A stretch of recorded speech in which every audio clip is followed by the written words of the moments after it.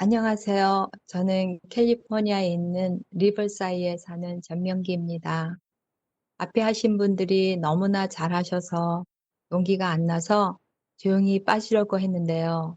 용기를 내서 처음으로 해보려고 합니다. 오늘의 말씀은 요한복음 7장 37절에서 39절입니다. 7장 37절. 명절 끝날 곧 큰 날에 예수께서 가라사대 누구든지 목마른 거든 내게로 와서 마시라.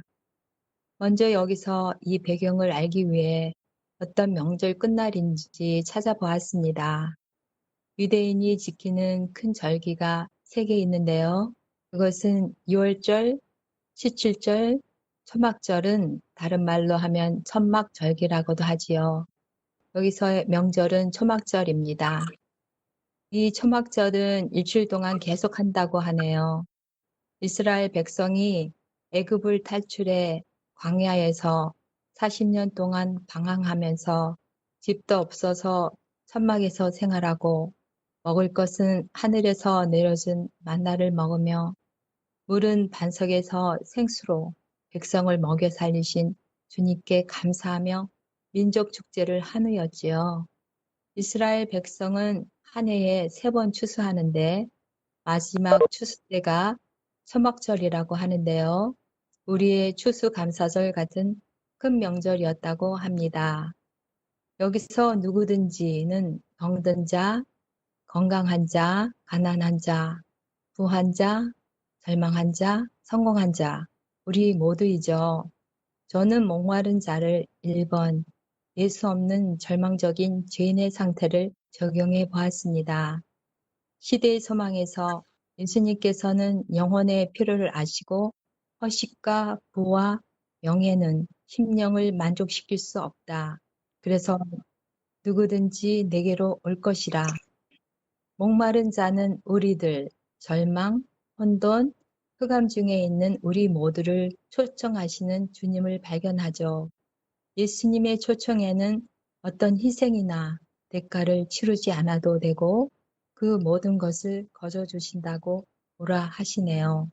그 하나님의 은혜는 큰 값을 치루었기 때문에 값을 매길 수가 없으니 그 은혜에 감사하죠. 사실 이런 초청은 저녁에 밥 한 끼 먹자 하는 것이 아니고 영원 축복, 행복의 초대이죠. 예수께서는 마음에 무거운 짐진 자들을 구원하시고 슬퍼하시는 자를 위로하시고 낙담하는 자에게 희망을 주시겠다고 약속하셨죠. 이렇게 초청하는 메시지가 마태복음 11장 28절과 요한계시록 22장 17절에도 있습니다. 수고하고 무거운 짐진 자들아 다 내게로 오라. 내가 너희를 쉬게 하리라. 아멘. 듣는 자도 오라 할 것이며 목마른 자도 올 것이요. 또 원하는 자는 값없이 생명수를 받으라. 아멘. 목마른 자들에게 새 힘을 주시는 생명수 샘이신 우리 예수님으로부터만 우리는 이 갈급함에서 솟아넘치는 축복을 받을 수 있어요. 이 예수님이 바로 2번, 즉 목마른 자의 문제를 해결해 주시는 유일한 분이세요. 사실 목마른 자는 바로 저였어요. 좀 부끄럽지만 저는 하나님의 부르는 소리를 몇 달 전서부터 들었어요. 저는 코로나 바이러스가 생기기 전에는 운동하며 봉사하며 매우 활동적으로 바쁜 하루를 보냈지요. 저는 문화생활을 하루에 1시간 반 정도 했어요. 그런데 코로나 바이러스가 생기고 나서 갑자기 시간이 정지된 상태가 된 것 같았어요. 드라마를 보고 있으면 시간이 빨리 지나가는 것 같았어요. 어떤 날은 서너 시간 이상 드라마 등을 보면서 무의미하게 보냈던 숱한 나날이 얼마나 소중하고 귀중한 시간을 허비하고 있는 나 자신을 발견하게 되었지요. 하지만 못 들은 척하고 계속 보면서 이러면 안 되는데 라는 생각은 계속 하고 있었어요. 아무것도 못하는 시간들이 빨리 지나가게 하는 것은 오직 드라마를 보는 것이야 하면서 다음 편의 드라마를 땡겨보고 있었지요.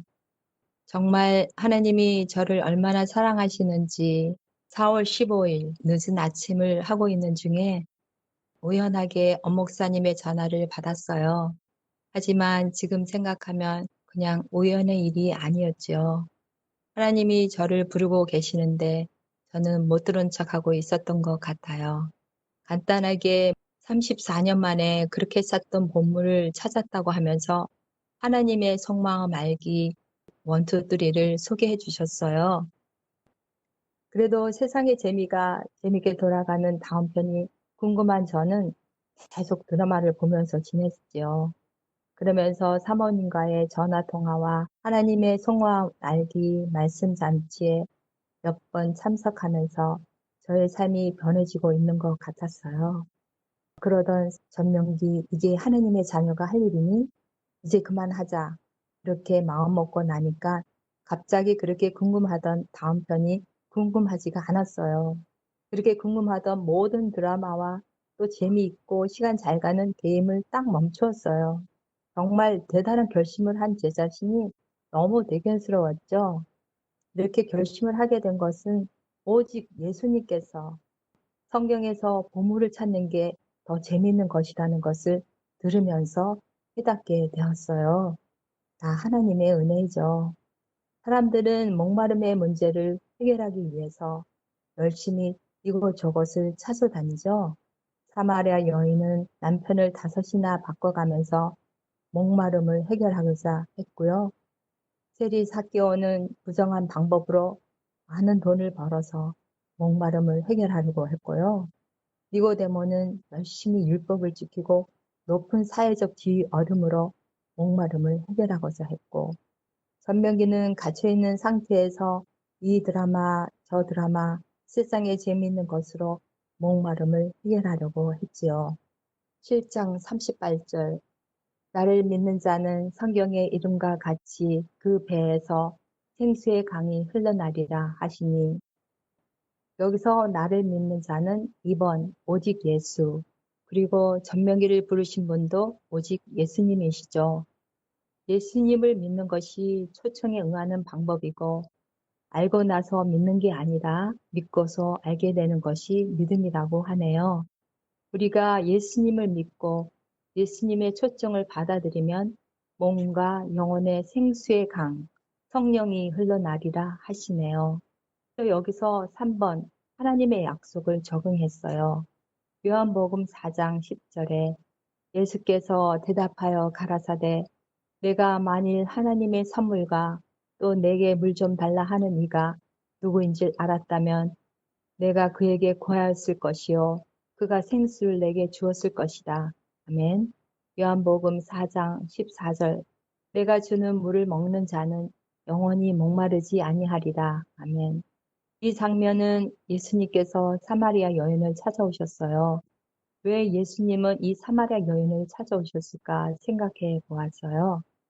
왜 제가 드라마를 보며 세상의 것을 좋아하고 쫓아가고 있을 때 전화를 받았을까를 같이 생각해 보았어요. 그러면서 사마리아 여인은 그런 물을 자신에게 달라고 하죠. 그 당시 시대에는 유대인들은 사마리아 여인을 상대를 안 하는 시대였는데 이 사마리아 여인이 아주 당당하게 그 영원히 목마르지 않은 물을 요청하는 장면이 나오죠. 이 사마리아 여인은 메시아가 곧 오실 것으로 믿고 있었지요.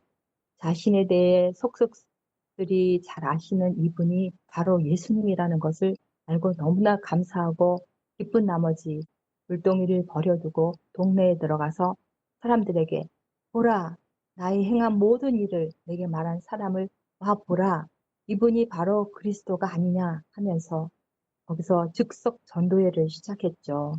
그렇게 기다리던 예수님을 만나 얼마나 기뻤으면 그 귀한 물동이를 버려두고 동네에 들어갔을까요? 많은 사람들의 눈을 피해 뜨거운 한낮에 조용히 물망기로 오려고 했는데 오히려 예수님이 오셨다고 동네 사람들에게 소리치며 나오라고 하는 사마리아 여인.